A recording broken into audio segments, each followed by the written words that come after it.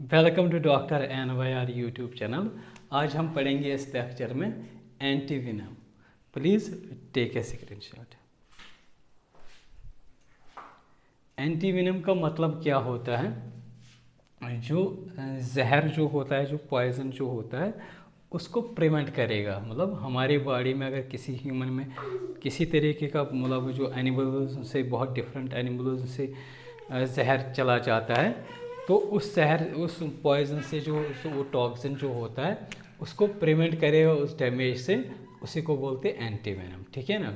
या इसको कभी कभी एंटीडोट होता भी बोलते हैं। तो ये क्या होता है? ये एक ऐसा एंटीसीरम होता है। एंटीसीरम का मतलब क्या होता है? ऐसा सीरम जिसमें स्पेसिफिक एंटीबॉडीज़ होते हैं या प्रीफॉर्म्ड एंटीबॉडीज़ होते हैं। ये प्रीफॉर्म्ड एंटीबॉडीज़ क्या होते हैं, ये किस तरीके से प्रीफॉर्म होता है, ये हम आगे पढ़ेंगे इसको, ठीक है ना। तो इसको हम एंटीवेनम को हम किस तरीके से बनाते हैं?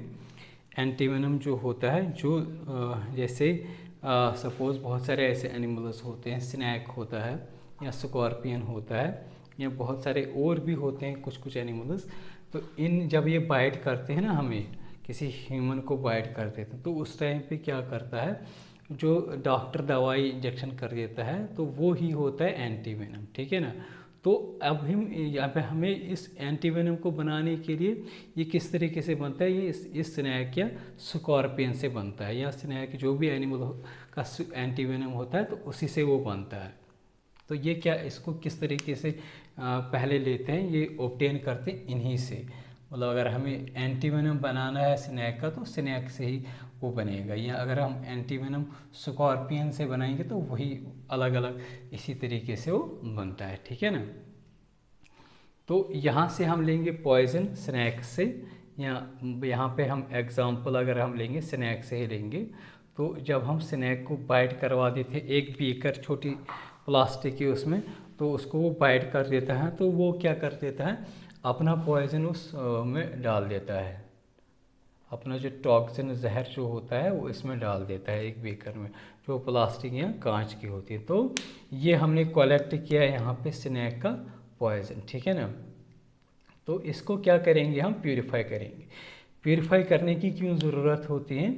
क्योंकि क्या होता है, उस टाइम पे अगर कोई दूसरी चीज़, कोई कंटामिनेशन इस पॉइजन में आएगा तो हमारी जो प्रीफॉर्म्ड एंटीबॉडीज़ जो होंगे ना, तो वो हमें अच्छे से नहीं मिल पाएंगे। तो इसीलिए उसको पहले प्यूरिफिकेशन करते हैं। बहुत सारे टेक्निक्स होते हैं जिससे उसको प्यूरिफाई करते हैं, साफ़ कर देते हैं। मतलब उसमें अगर उस पॉइजन में कोई बैक्टीरिया हो गया, दूसरा कोई और चीज़ होगा, उसको पहले प्यूरिफाई कर देते हैं। एक हो गया एक्सट्रैक्शन, दूसरा क्या होता है, उसको प्यूरिफाई करेंगे। इसके बाद क्या करेंगे, हॉर्सेस लाएंगे, ठीक है ना। हॉर्स जो होते हैं, घोड़े जो होते हैं, उनको लेके आते हैं, मतलब वो लेबॉर्ट्री में उनको रखते हैं। तो इनको क्या करते हैं, हॉर्स को, उनको ये जो पॉइजन हमने लिया है स्नैक से, तो उनको स्मॉल डोजेस में इंजेक्ट करते हैं हॉर्सेस को। थोड़े मतलब स्मॉल डोजेस में इनको इंजेक्ट करते हैं। तो यहाँ पे हॉर्स को ही क्यों लेते हैं? क्योंकि जो हॉर्स जो होता है उसका जो इम्यून टॉलरेंस जो होता है वो होता है ज़्यादा, है ना। तो एज़ कम्पेयर टू ह्यूमन, मतलब ह्यूमन में जो इम्यून टॉलरेंस जो होता है वो कम होता है, और जो हॉर्स जो होते हैं इनमें मोर होता है। इसीलिए यहाँ पे जो है ना, एंटीवेनम बनाने के लिए हॉर्स को सिलेक्ट कर देते हैं, ठीक है ना। इसके बाद क्या करते हैं, जैसे हमने इंजेक्ट किया है ये पॉइजन प्यूरिफाई करने के बाद हॉर्स में, तो हॉर्स क्या करेगा, हॉर्स में इम्यून सिस्टम होता है। ये हॉर्स का जो इम्यून सिस्टम क्या करेगा, रेस्पॉन्स करेगा। रेस्पॉन्स मतलब ये एंटीबॉडीज़ बनाएगा इस टॉक्सिन जो हमने लिया था इस स्नैक से, उसको काउंटर अटैक करने के लिए, ठीक है ना। तो यहाँ से एंटीबॉडीज़ बनाएगा हॉर्स इस वेनम के लिए। तो इससे क्या हो जाएगा, वो जो पॉइजन हमने दिया है हॉर्स में उसको वो न्यूट्रलाइज करेगा, मतलब कम करेगा, उसको ख़त्म करेगा। हॉर्स को डैमेज मतलब होने से वो बचाएगा, जो हॉर्स एंटीबॉडीज़ बनाएगा। अब यहाँ पे क्या होगा, एक साल और हमें वेट करना पड़ेगा। अब हॉर्स को ऐसे ही हमें रखना है, जिसको हमने ये वेनम दिया है स्नैक का, इसको हमें एक साल तक वेट करना पड़ेगा। फिर एक साल के बाद हमें क्या करना पड़ेगा, कुछ और ये जो वेनम हमने लिया था स्नैक का, इसको कुछ और दे देंगे इस हॉरस को जो हमने पहले ही दिया है इसको, तो लेकिन यहाँ पे जो कंसंट्रेशन जो होगी वो पहले से भी ज़्यादा होगी, ठीक है ना। मतलब अगर हमने कम पहले लिया है तो यहाँ पे थोड़ा उससे बढ़ाएंगे, ठीक है ना। तो यहाँ पे कम एंटीबॉडीज़ बने थे जब हमने पहले लगाया था, तो जब हम दूसरा नेक्स्ट डोज देंगे जिसको हम बोलते हैं बूस्टर डोज, तो यहाँ पे बहुत सारे एंटीबॉडीज़ बनेंगे। क्या बनेंगे? बहुत सारे एंटीबॉडीज़ बनेंगे। किसके खिलाफ? इस वेनम के खिलाफ जो हमने स्नैक से लिया है।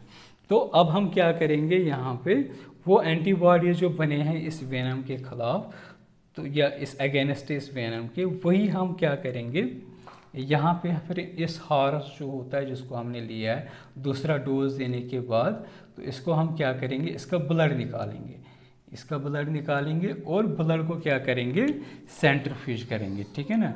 मतलब वो मशीन में डालेंगे जो बहुत घूमती है, उसको बोलते हैं सेंट्रीफ्यूज। तो ये उस प्रोसेस को बोलते हैं सेंट्रीफ्यूगेशन, ठीक है ना। जब हम सेंट्रीफ्यूगेशन करेंगे तो होगा क्या, उस हॉरस के ब्लड में प्लाज्मा ऊपर आएगा और जो नीचे जो होती हैं RBCs आएंगे। तो जो एंटीबॉडीज़ बने थे इस वेनम के खिलाफ वो इस प्लाज्मा में होते हैं, ठीक है ना। जो प्लाज्मा ऊपर लेयर में आता है इसी में वो एंटीबॉडीज़ होते हैं।